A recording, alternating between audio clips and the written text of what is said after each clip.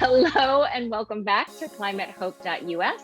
We're collecting 100 stories of joy, hope, and climate action, infusing joy into the conversation on ending the climate crisis and ending racism. I have the pleasure today of being with my friend, Michael Nguyen. Hello, Michael. I'm so glad that you were interested in this story project. Why don't you start by telling us a little bit about you and your interest in climate hope? Sure. Well, thanks again for inviting me. I am here based in San Francisco.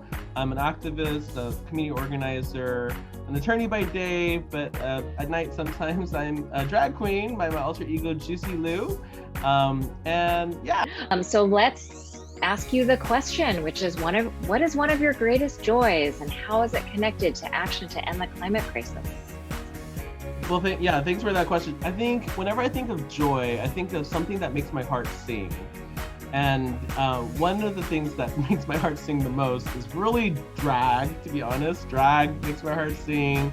Community building makes my heart sing. When you're literally just surrounded by your community, taking action together by just first like congregating with each other.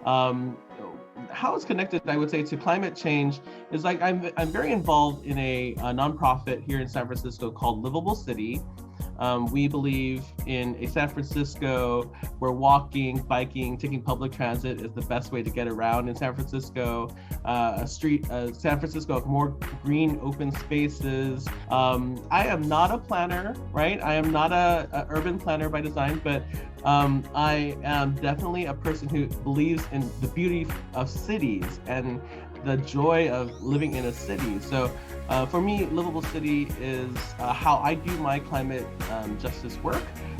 We run Sunday Streets, which is the largest, it's our open streets program here in San Francisco, where we do 15 miles or so about a year of car-free streets. And really, cars are, the big, huge polluter here in the world, and I think if we can mode shift to a different world where streets are not just for cars, streets are actually for people. I think that is the way we're going to think and get around climate change. So what's one of your visions of kind of like what that could look like in terms of how people interact and the kind of life and community that you have in mind?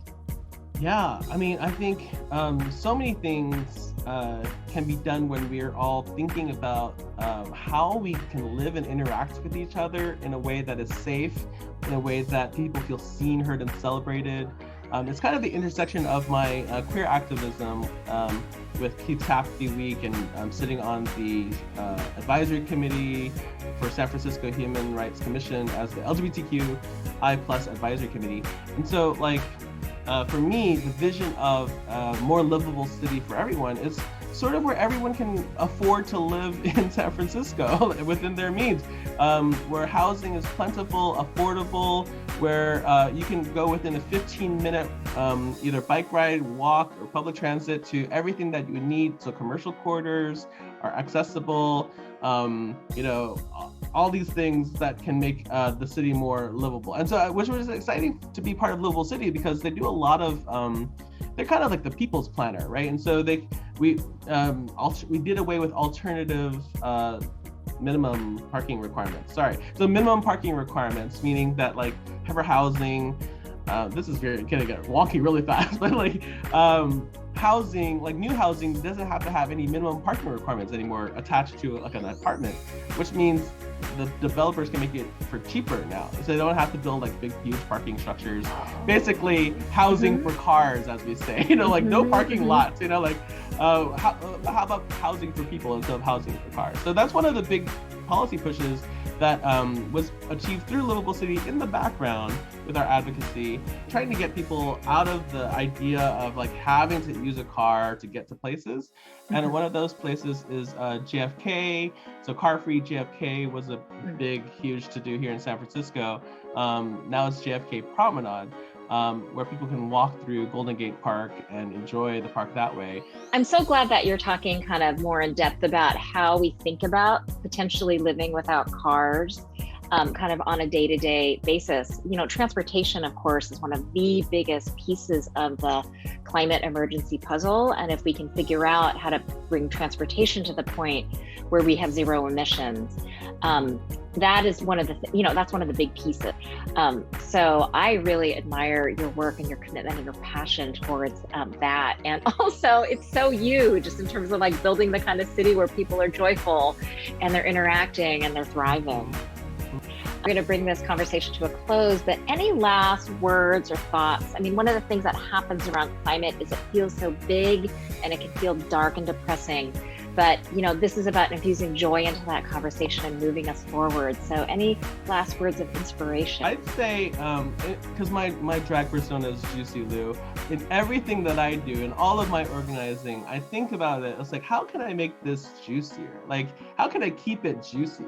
And so, like, to me, it's like, you got to find what makes you like want to just get up and do things, right? Just motivated, excited to move things forward, and find your juice, I would say, whatever it is. And it could be, you start first with whoever you're around. So your friends, if you go to church, your congregation, if you go, at work, whatever you do, and let it just be part of your DNA where it just flows. Keep it juicy. That's what I would say.